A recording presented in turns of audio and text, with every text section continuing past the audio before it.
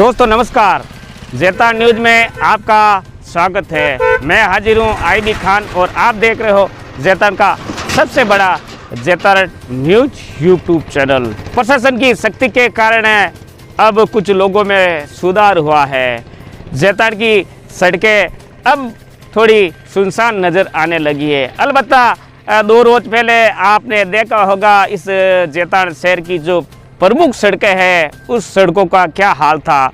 लोगों की आवाजाही थी, वाहन चालकों की आवाजाही थी, दुपहिया वाहनों की आवाजाही थी और जो नौजवान हैं, मेरे जैसे जो नौजवान हैं वो लगातार बाहर आ रहे थे। लेकिन कल जेतान तहसीलदार एवं नगरपालिका प्रशासन, पुलिस प्रशासन द्वारा की गई सख्त कार्रवाई कई असर रहा कि आज शहर की जो सड़कें थी वो उन सड़कों पर आज चहलकदमी बहुत कम नज़र आई।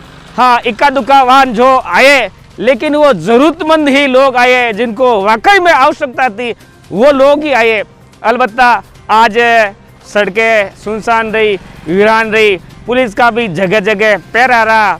आप देख सकते हो इस समय जेतान पुलिस के जो जवान हैं मुस्तैदी के साथ अपनी ड्यूटी कर रहे हैं। तो बहरहाल ऐसे लोगों से आग्रह है कि आप इस कोरोना महाकाल को लेकर अपने घरों में रहे, सुरक्षित रहे और सेफ रहे, बाहर निकलने की जहमत नहीं करें। अति आवश्यक हो, मैं लगातार कहता आ रहा हूँ कि आपको अति आवश्यक हो तभी आप घरों से बाहर निकले।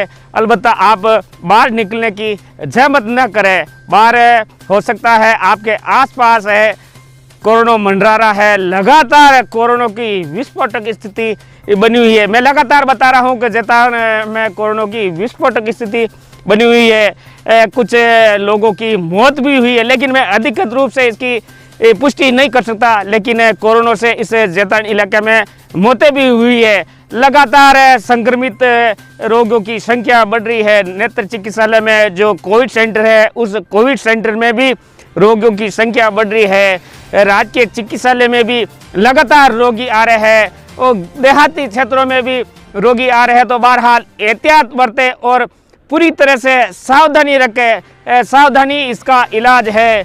प्राय देखने में आता है कि लोग शादियों में जाते हैं, उनको नहीं जाना चाहिए। हालांकि नगरपालिका प्रशासन द्वारा जेतान नगरपालिका परिक्षेत्र में होने वाली शादियों की, जैसा कि कल अधिशासी अधिकारी द्वारा बताया गया है कि उनके द्वारा भौतिक रूप से निरीक्षण भी किया गया और कई जगह पर जुर्माना भी लगाया गया। तो ऐसे हालात है इस शहर में, लोग खुद लापरवाह बने हुए थे। सहित इस लापरवाही का ही एक कारण रहा कि जेतान जो गत साल भी सहित इतने केसेज नहीं आए जितने इस अकेले 1 माह में आ गए। तो बहरहाल लोगों को एहतियात बरतनी चाहिए।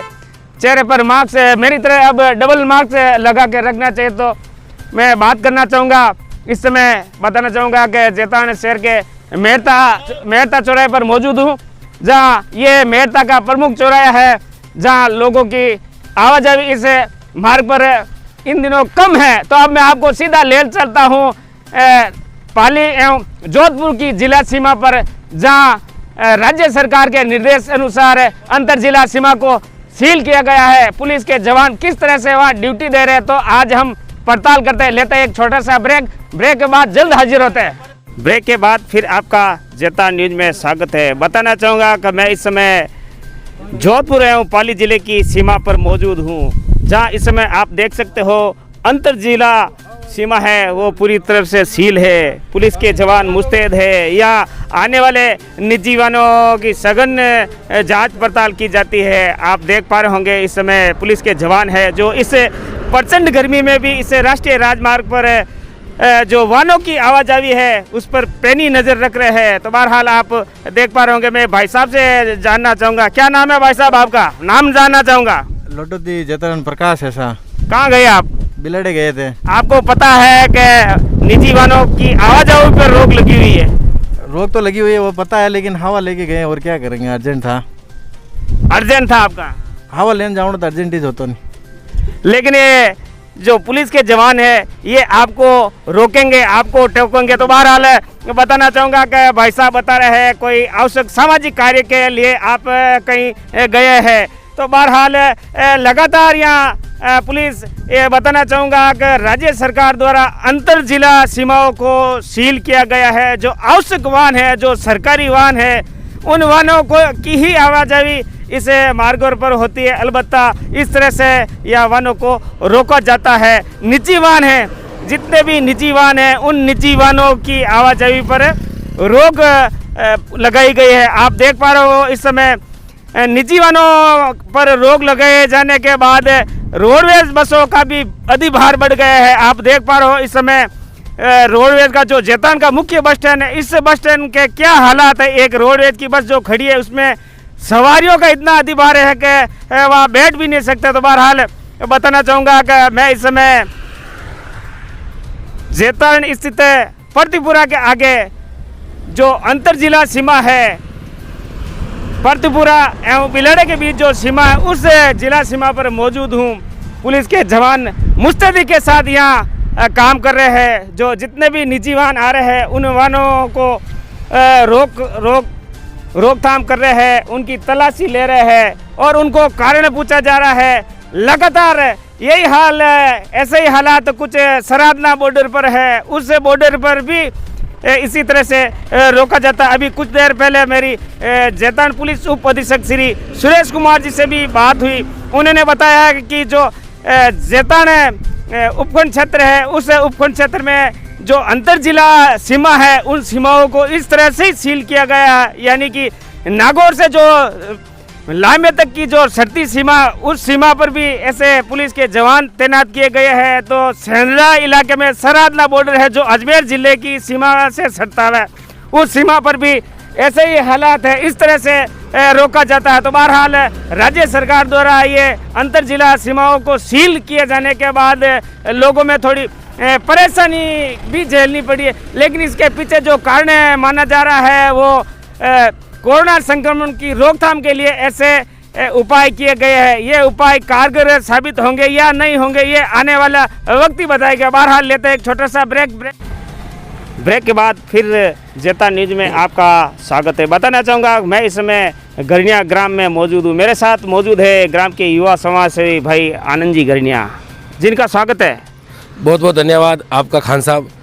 लॉकडाउन का असर हमारे गांव में पूर्ण रूप से है और जितने भी युवा है, नए वर्ग के लोग हैं जो गांव में लोगों को समझाइश कर रहे हैं, समझा रहे हैं। अति आवश्यक काम के अलावा और कोई घर से बाहर नहीं निकल रहा है और सब्जी के थैले हैं जो सरकारी गाइडलाइन के अनुसार ही चल रहे हैं। आज शनिवार और रविवार को पूर्ण रूप से लॉकडाउन है। इस हिसाब से आप देख रहे हो गाँव में पूर्ण रूप से शांति का माहौल है और 2020 के बाद अब लोगों के दिमाग में पूर्ण रूप में समझ में आ गया और लोग जागरूक है, घर से बाहर नहीं निकल रहे और सरकारी गाइडलाइन का पालन कर रहे हैं। आनंद जी, मैं जानना चाहूँगा कोई कोरोना पेशेंट तो नहीं है अब तक? अभी तक एक भी कोरोना पेशेंट हमारे गांव में नहीं आया है और ये देवी देवता की मेहरबानी समझो या फिर लोगों की सावधानी समझो। लोग सावधानी से रहते हैं, सैनिटाइजर का प्रयोग करते हैं, सोशल डिस्टेंस का प्रयोग करते हैं और जो भी लोग बाहर चाहते हैं वो अपने आप को समझकर क्वारंटाइन रह जाते हैं घर में। चूँकि गरनिया ग्राम के अधिकतर लोग प्रवासी हो, दक्षिण भारत सहित देश के विभिन्न भागों में रहते हैं, बहुत सारे रहते हैं, अभी आए भी है, गए भी है, पर उन्होंने सरकारी गाइडलाइन का पालन किया और अपने आप को समझ गए और क्वारंटाइन रह गए घर में। हाँ जी, मैं जानना चाहूँगा गरनिया एक ग्रामीण परिवेश में रहने वाला एक छोटा सा ग्राम है। शादियों की सीजन हुआ करती थी पहले, इस बार शादियों की सीजन कैसी रही? चूँकि आप लोगों से जुड़े हुए हैं, एक सामाजिक सरोकार का काम करते हो। शादियों की सीजन अब की बार भी थी, पर वो पहले जैसा त्योहार नहीं था जैसे हर साल हुआ करता। हर साल इस सीजन में बहुत सारे लोग बाहर से आते थे, पर अब की बार लोगों ने सरकारी गाइडलाइन का पालन किया और गाइडलाइन के अनुसार ही शादी की, जिसके हिसाब से अब की बार त्योहार देखने को कम मिला। बहुत बहुत धन्यवाद। लेते हैं एक छोटा सा ब्रेक के बाद जल्द हाजिर होते हैं। मेरे साथ मौजूद है कांग्रेस ओबीसी प्रकोष्ठ के जिला अध्यक्ष भाई अमर सिंह जी, जिनसे मैं जानना चाहूँगा इस प्रचंड गर्मी में आप इस सड़क पर क्या कर रहे हो? हम घूम रहे हैं वही बहुत है, आप क्यों घूम रहे हैं? कोरोना महाकाल चल रहा है, आपको एहतियात बरतनी चाहिए, सावधानी रखनी चाहिए। मैं पब्लिक की सावधान क्या गया, लोगों को समझा क्या गया कि भाई आप घर में रहो। मैं गांव से आ रहा हूँ, गांव से आते समय सबको समझाता रहा हूँ कि भाई आप घर में रहो, नहीं तो 4 तारीख के बाद में आपकी ऐसी हो जाएगी, स्थिति हो जाएगी कि आप पेशेंट ज़्यादा बढ़ जाएंगे, इसलिए सब अपने घर में रहे। अमर सिंह जी, मैं कहना चाहूँगा गांव वाले सुरक्षित है, लेकिन अपनी सुरक्षा आप करें। चूँकि आप, मुझे मालूम है आप पहले बीमार रह चुके हैं, आपको सावधानी बरतने की आवश्यकता है। मैं पहले कोरोना का रह चुका हूँ, मेरे को ये कोरोना हुआ था और मैं घर में था, और उसके बाद में लोगों को समझा देता हूँ कि भाई लोग घर में रहें और अपनी सुख से सम करें।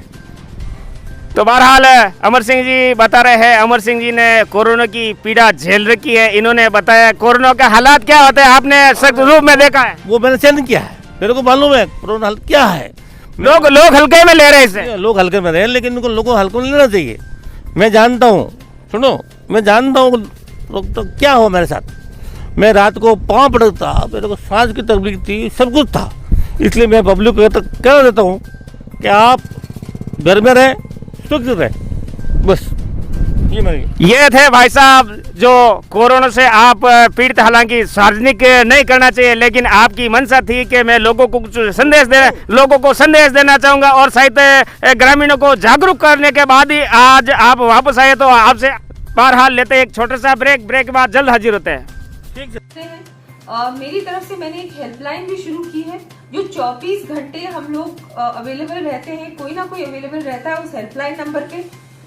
और मैं भी डायरेक्टली भी जुड़ी हुई हूँ कि कोई भी अगर मुझे फोन करता है रात को 2 बजे भी, कभी भी, तो मैं डेफिनेटली कोशिश करती हूँ कि जो भी मुझसे हो सके प्रशासन के माध्यम से, केंद्र सरकार के माध्यम से हम लोग पूरा प्रयास कर रहे हैं कि जितनी भी प्रॉब्लम्स आ रही हैं, कठिनाइयां आ रही हैं, उनका समाधान निकालें।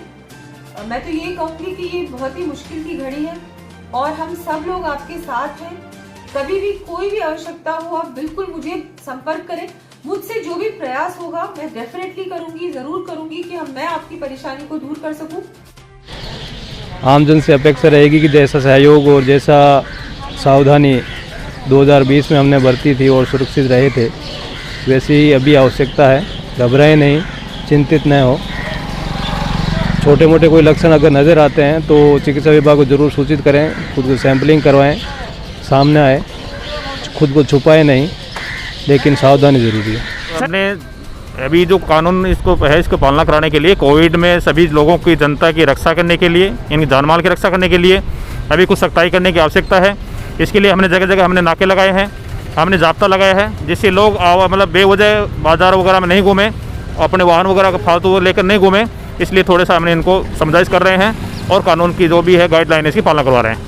जारी रहेगी। मेरा जैतारण वासियों से हाथ जोड़कर विनम्र निवेदन है कि स्थिति की गंभीरता को समझें और जो भी कोविड प्रोटोकॉल है, कोरोना की गाइडलाइन है, उसकी पालना करें, सोशल डिस्टेंसिंग मेंटेन रखें, मास्क लगा के रखें, घर से बाहर अत्यंत ज़रूरी काम हो तो ही बाहर निकलें, तभी हम इस स्थिति से बच पाएंगे, नहीं तो स्थिति बहुत विकट हो जाएगी।